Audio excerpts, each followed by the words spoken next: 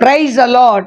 ஆண்டவராகிய இயேசு கிறிஸ்துவின் நாமத்தில் உங்களுக்கு என் அன்பின் வாழ்த்துதலை தெரிவித்துக் கொள்கிறேன். கருமையான தெய்வ பிள்ளைகளே, ஒவ்வொரு நாளும் யூடியூப் மூலம் உங்களை சந்திப்பதில் நான் மிகுந்த மகிழ்ச்சி அடைகிறேன். இந்த ஆடியோவை நீங்கள் கேட்டு தெய்வ ஆசீர்வாதத்தை பெறுவது மட்டுமன்றி, உங்களுக்கு அறிமுகமானவர்கள், உங்கள் நண்பர்கள், உங்கள் உறவினர்களுக்கும் இந்த ஆடியோவை அனுப்பி தேவனுடைய நாமத்தை மகிமைப்படுத்தும்படி உங்களை அன்புடன் கேட்டுக்கொள்கிறேன்.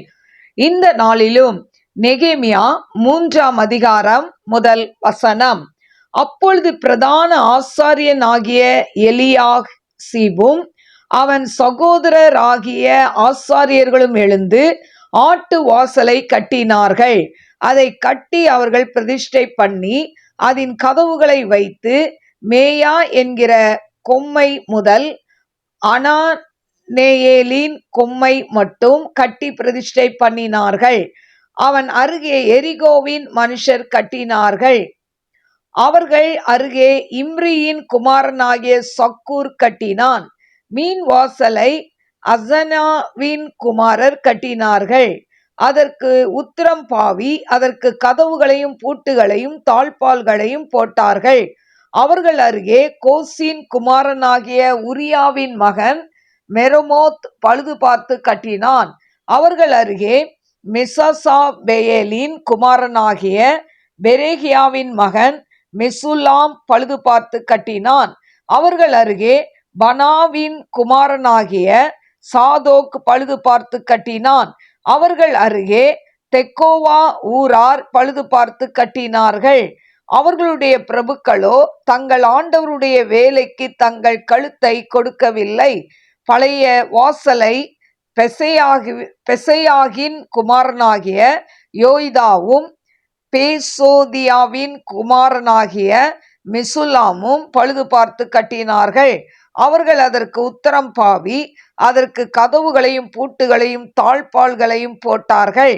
அவர்கள் அருகே கிபியோன் மிஸ்பா ஊர்களின் மனுஷரான மெலத்தியா என்னும் கிபியோனியனும் யோதோன் என்னும் மெரோனோத்தியனும் நதிக்கு இப்புறத்தில் இருக்கிற அதிபதியின் சமஸ்தானம் மட்டும் பழுது பார்த்து கட்டினார்கள். அவர்கள் அருகே தட்டாரில் ஒருவனாகிய அராயாவின் குமாரன் ஊசியேல் பழுது பார்த்து கட்டினான். அவன் அருகே தைலக்காரரில் ஒருவன் குமாரனாகிய அனனியா பழுது பார்த்து கட்டினான். அது முதற்கொண்டு அகலமான மதில் மட்டும் எருசலேம் இடிக்காமல் விட்டிருந்தது. அவர்கள் அருகே எருசலேம் பட்டணத்தின் பாதிக்கு பிரபுவாகிய ஊரின் குமாரன் ரெப்பாயா பழுது பார்த்து கட்டினான். அவர்கள் அருகே அருமாப்பின் குமாரன் எதோயா தன் வீட்டுக்கு எதிரானதை பழுது பார்த்து கட்டினான். அவன் அருகே ஆசாப் நெயாவின் குமாரன் அத்தூஸ் பழுது பார்த்து கட்டினான். மற்ற பங்கையும் சூளைகளின் கொம்மையையும் ஆரிமின் குமாரன் மல்கிஜாவும் பாகாத் மோவாபின் குமாரன் அசுபும் பழுது பார்த்து கட்டினார்கள். அவன் அருகே எருசலேம் பட்டணத்தின் மறுபாதிக்கு பிரபுவாகிய அலோகேசின் குமாரன் சல்லூமும் அவன் குமார்த்திகளும் பழுது பார்த்து கட்டினார்கள். பள்ளத்தாக்கின் வாசலை ஆனூனும் சானோவாக்கின் குடிகளும் பழுது பார்த்து கட்டினார்கள். அவர்கள் அதை கட்டி அதற்கு கதவுகளையும் பூட்டுகளையும் தாழ்பால்களையும் போட்டு குப்பை மேட்டு வாசல் மட்டாக அலங்கத்தில் 1000 முழம் கட்டினார்கள். குப்பை மேட்டு வாசலை பெத்கேரேமின் மாகாணத்துக்கு பிரபுவாகிய ரெக்காவின் குமாரன் மல்கியா பழுது பார்த்து அதை கட்டி அதற்கு கதவுகளையும் பூட்டுகளையும் தாழ்பால்களையும் போட்டான். ஊருணி வாசலை மிஸ்பாவின் மாகாணத்து பிரபுவாகிய கொல்லோசேயின் குமாரன் சல்லூம் பழுது பார்த்து அதை கட்டி மச்சுப்பாவி அதற்கு கதவுகளையும் பூட்டுகளையும் தாழ்பால்களையும் போட்டு ராஜாவின் சிங்கார தோட்டத் தண்டையில் இருக்கிற சீலோவாவின் குளத்து மதிலையும் தாவீதின் நகரத்தில் இருந்து இறங்குகிற படிகள் மட்டாக இருக்கிறதையும் கட்டினான். அவனுக்கு பின்னாக பெத்சூர் மாகாணத்தின் பாதிக்கு பிரபுவாகிய அஸ்பூகின் குமாரன் நெகேமியா தாவீதின் கல்லறைகளுக்கு எதிரான இடம் மட்டாகவும் வெட்டப்பட்ட குளம் மட்டாகவும் பராக்கிரமசாலிகளின் வீடு மட்டாகவும் இருக்கிறதை பழுது பார்த்து கட்டினான். அவனுக்கு பின்னாக லேவியரில் பானியின் குமாரன் ரேகூமும் அவன் அருகே கேகிலா மாகாணத்தில் தன்னுடைய பாதி பங்குக்கு பிரபுவுமாகிய அசபியாவும் பழுது பார்த்து கட்டினார்கள். அவனுக்கு பின்னாக அவனுடைய சகோதரரில் கேகிலா மாகாணத்து மறுபாதிக்கு பிரபுவாகிய எனதாதின் குமாரன் பாபாயி பழுது பார்த்து கட்டினான். அவன் அருகே மிஸ்பாவின் பிரபுவாகிய யெசுவாவின் குமாரன் ஏசர் என்பவன் மதிலின் கோடியிலே ஆயுத சாலையின் படிகளுக்கு எதிரே இருக்கிற வேறொரு பங்கை பழுது பார்த்து கட்டினான். அவனுக்கு பின்னாக சாபாயின் குமாரன் பாரூக் அந்த கோடி துவக்கி பிரதான ஆசாரியனாகிய எலியாசிபின் வாசற்படி மட்டும் இருக்கிற பின்னொரு பங்கை வெகு ஜாக்கிரதையோட பழுது பார்த்து கட்டினான். அவனுக்கு பின்னாக கோசின் குமாரனாகிய உரியாவின் மகன் மெரெமோத் எலிசாசிபின் வீட்டு வாசற்படி துவக்கி அவனுடைய வீட்டின் கடைக்கோடி மட்டும் இருக்கிற பின்னொரு பங்கை பழுது பார்த்து கட்டினான்.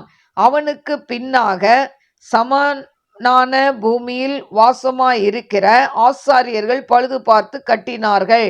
அவர்களுக்கு பின்னாக பென்யமீனும் அசூபும் தங்கள் வீட்டுக்கு எதிரே இருக்கிறதை பழுது பார்த்து கட்டினார்கள். அவர்களுக்கு பின்னாக அனீனியாவின் குமாரனாகிய மாசேயாவின் மகன் அசேரியா தன் வீட்டின் அருகே இருக்கிறதை பழுது பார்த்து கட்டினான். அவனுக்கு பின்னாக எனாதாதின் குமாரன் பின்னூவி அசேரியாவின் வீடு துவக்கி அலங்கத்து கோடி வளைவு வரைக்கும் இருக்கிற வேறொரு பங்கை பழுது பார்த்து கட்டினான். ஊசாயின் குமாரன் பாலால் வளைவுக்கு எதிரேயும் காவல் வீட்டின் முற்றத்துக்கடுத்த ராஜாவின் உயரமான அரண்மனைக்கு வெளிப்புறமாய் இருக்கிற கொம்மைக்கு எதிரேயும் இருக்கிறதை கட்டினான். அவனுக்கு பின்னாக பாரோசின் குமாரன் பெதாயாவும் ஓபேலிலே குடியிருக்கிற நிதனிமியரை சேர்ந்த மனிதரும் கிழக்கே இருக்கிற தண்ணீர் வாசலுக்கு வெளிப்புறமான கொம்மைக்கு எதிராய் இருக்கிற இடம் மட்டும் கட்டினார்கள். அவர்களுக்கு பின்னாக தெக்கோவா ஊரார் வெளிப்புறமான பெரிய கொம்மைக்கு எதிரே ஓபேலின் மதில் மட்டும் இருக்கிற பின்னொரு பங்கை பழுது பார்த்து கட்டினார்கள். குதிரை வாசல் முதற்கொண்டு ஆசாரியர்கள் அவரவர் தங்கள் வீடுகளுக்கு எதிரே இருக்கிறதை பழுது பார்த்து கட்டினார்கள்.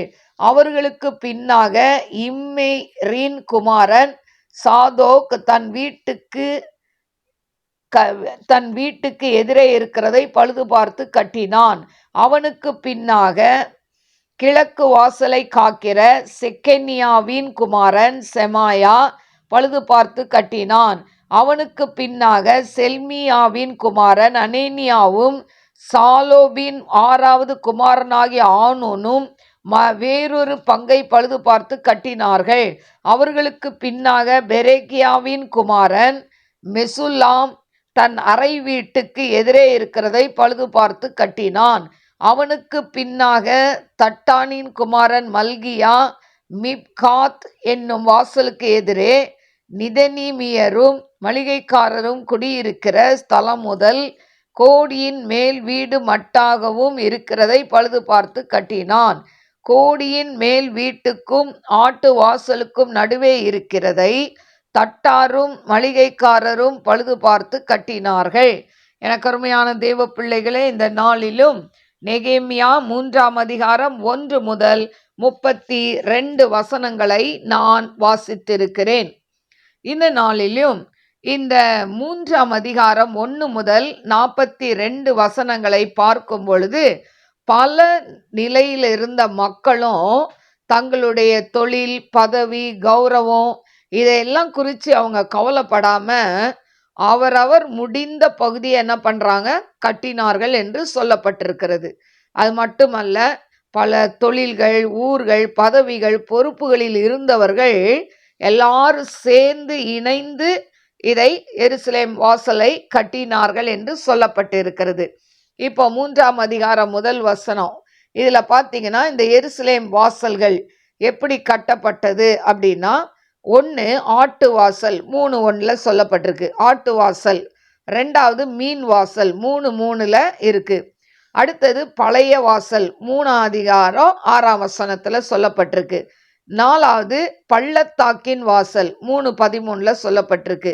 அடுத்தது குப்பமேட்டு வாசல் 3:14 சொல்லப்பட்டிருக்கு. ஊருணி வாசல் 3:15 சொல்லப்பட்டிருக்கு. தண்ணீர் வாசல் 3:26 சொல்லப்பட்டிருக்கு. குதிரை வாசல் 3:28, கிழக்கு வாசல் 3:29 சொல்லப்பட்டிருக்கு.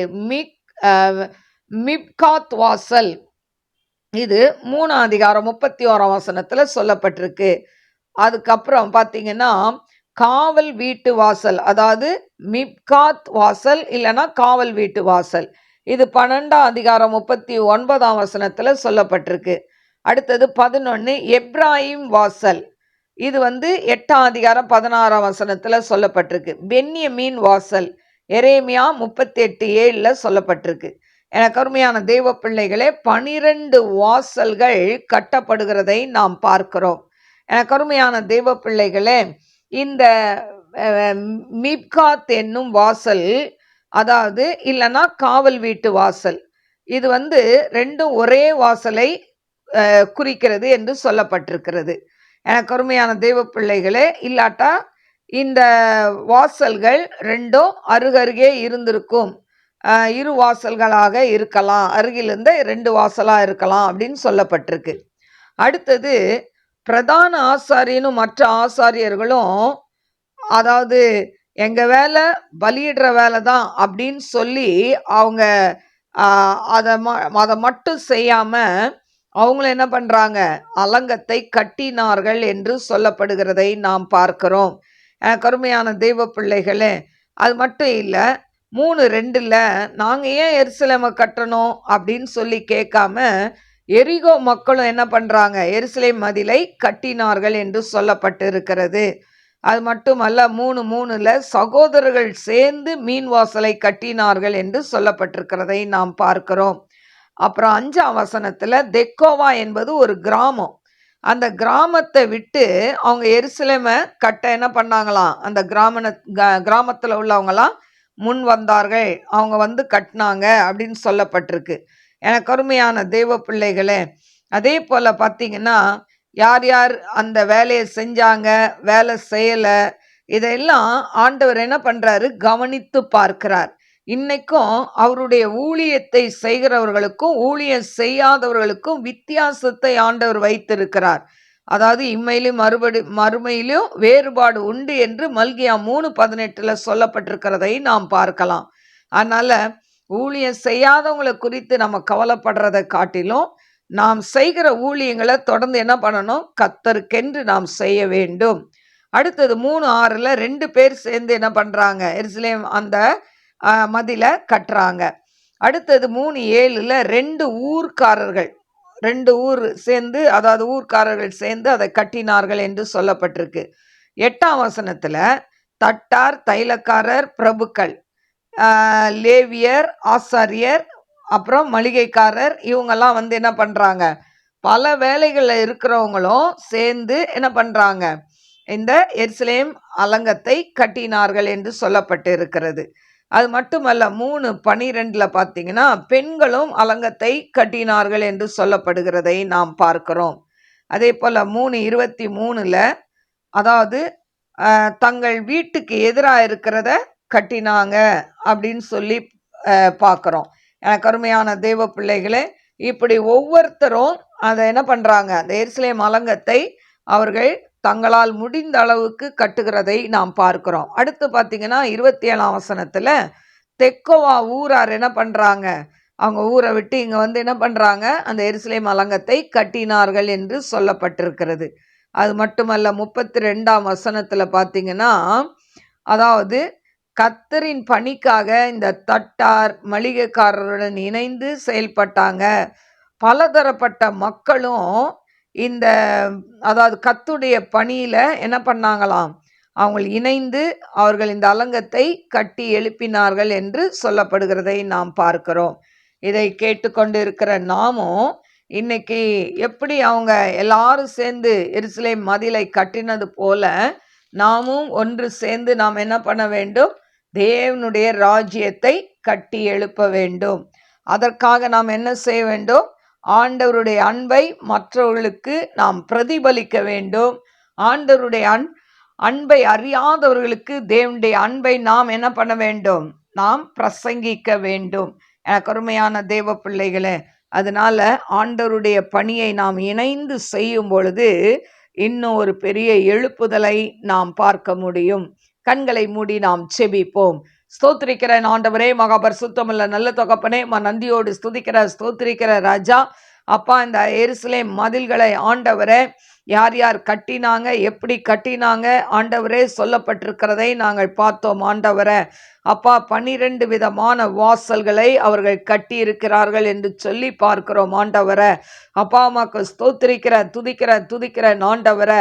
அப்பா தகப்பனே ஆண்டவரே, அப்பா தங்களுடைய ஆண்டவரே தொழிலை பார்க்காம, ஊரை பார்க்காம, பதவியை பார்க்காம ஆண்டவரே உமாக்கு துதிக்கிறேன் தங்களுடைய கௌரவம் ஆண்டவரே அந்தஸ்து இதெல்லாம் பார்க்காம எல்லாரும் இணைந்து அப்பா இந்த அலங்கத்தை கட்டுனது போல இன்றைக்கு ஆண்டவரே அப்பா தகப்பனே ஆண்டவரே, அப்பா ஏழை பணக்காரர்கள், படித்தவங்க படிக்காதவங்க அப்படின்னு இல்லாம ஆண்டவரே எல்லாரும் இணைந்து உம்முடைய தேவ ராஜ்யத்தை கட்டி எழுப்ப நீங்க கிருபை தர வேண்டுமாறு ஜெபிக்கிறேன் ஆண்டவரே.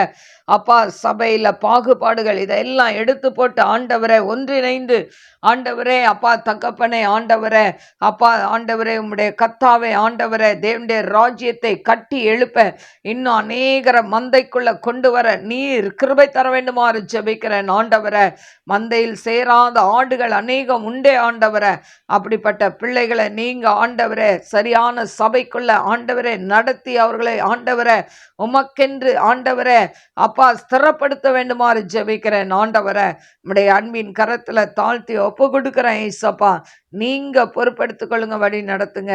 ஆவியானதாமே பெரிய காரியங்களை செய்யுங்கப்பா ஆண்டவரே. நம்முடைய அன்பின் கரத்துல தாழ்த்தி ஒப்பு கொடுக்கிறேன் ஆண்டவரே. எல்லாவற்றையும் நீங்க பொறுப்படுத்திக் கொள்ளுங்க ஆண்டவரே. உமக்கு ஸ்தோத்திரம். உமக்கென்று ஊழியம் செய்கிற ஒவ்வொரு பிள்ளைகளையும் நீங்க ஆண்டவரே ஆசீர்வதிங்க ராஜா. உங்க நாம மாத்திரம் மகிமைப்படட்டும். அவை அந்த கரத்துல தாழ்த்தி ஒப்பு கொடுக்கிறேன். இயேசுவின் நாமத்தில் கேட்கிறேன் பிதாவே, ஆமென். God bless you.